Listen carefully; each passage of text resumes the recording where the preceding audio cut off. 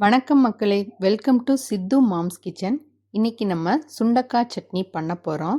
அதுக்கு நான் பச்சை சுண்டைக்காயை அலசி எடுத்துருக்கிறேன். இந்த சுண்டைக்காயை ரெண்டாக நறுக்கியும் எடுத்துக்கலாம், இல்லை இந்த மாதிரி இடிச்சும் எடுத்துக்கோங்க. இந்த சுண்டைக்காயில் இரும்பு சத்து அதிகம் இருக்கிறதுனால அனிமிக்காக இருக்கிற குழந்தைகளுக்கு வாரம் ஒரு முறை இந்த சட்னி செய்து கொடுங்க. இந்த மாதிரி இடித்து எடுக்கும்போது அதில் உள்ள விதைகள் வெளியேறிடும். அதிகமான விதைகள் நம்ம எடுத்துக்க கூடாது.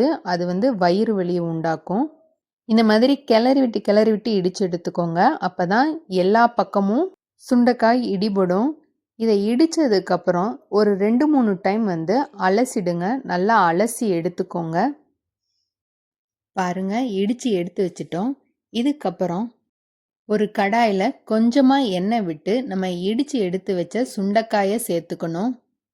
பச்சை கலரில் இருக்கிற இந்த சுண்டைக்காய் ஒயிட்டிஷ் க்ரீனாக மாறுற வரைக்கும் வதக்கி விட்டுக்கிட்டே இருங்க.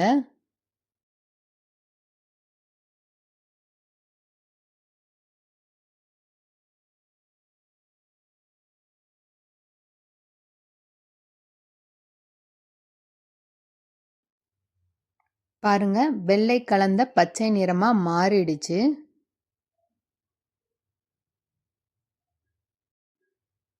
இதை எடுத்து வச்சுட்டு சட்னி செய்ய ஆரம்பிக்கலாம். அதுக்கு ஒரு பாத்திரத்தில் நான் கொஞ்சமாக எண்ணெய் விட்டுருக்கேன். அந்த எண்ணெய் சூடானதுக்கப்புறம்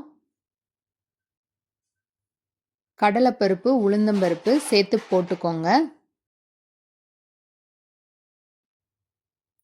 அது கூடவே கொஞ்சம் ஜீரகம் சேர்த்துக்கோங்க.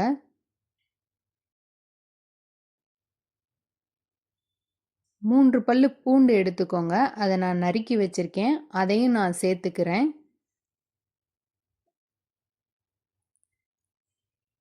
கொஞ்சமாக கருவேப்பிலை எடுத்துக்கோங்க. காரத்துக்கு தேவையான வத்தலை நீங்கள் சேர்த்துக்கலாம். நல்ல காரம் தேவைப்படுறவங்க ஒரு 6 வத்தல் சேர்த்துக்கோங்க. ஒரு மீடியமாக காரம் தேவைப்படுறவங்க 3 வத்தலே போதும். இதெல்லாம் சேர்த்து வதக்குனதுக்கப்புறம் உங்களுக்கு தேவையான வெங்காயம், நீங்கள் எவ்வளோ சட்னி வைக்க போகிறீங்களோ அதுக்கு தேவையான அளவுக்கு வெங்காயத்தை எடுத்துக்கோங்க. சின்ன வெங்காயத்தை நான் எடுத்திருக்கிறேன். அது கூடவே கொஞ்சம் உப்பு சேர்த்துக்கோங்க. உப்பு சேர்த்து நல்லா கிளறி விட்டுக்கோங்க.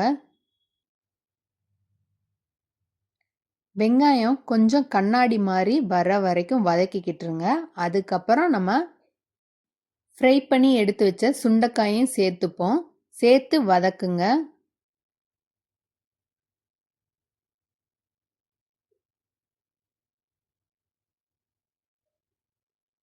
ஒரு 5 நிமிடம் மீடியம் ஃப்ளேம்லேயே வச்சு வதக்குங்க. இது கூடவே கொஞ்சமாக நறுக்கி வச்ச தேங்காய் துண்டுகளையும் சேர்த்துக்கிறேன். சேர்த்து வதக்குனதுக்கப்புறம்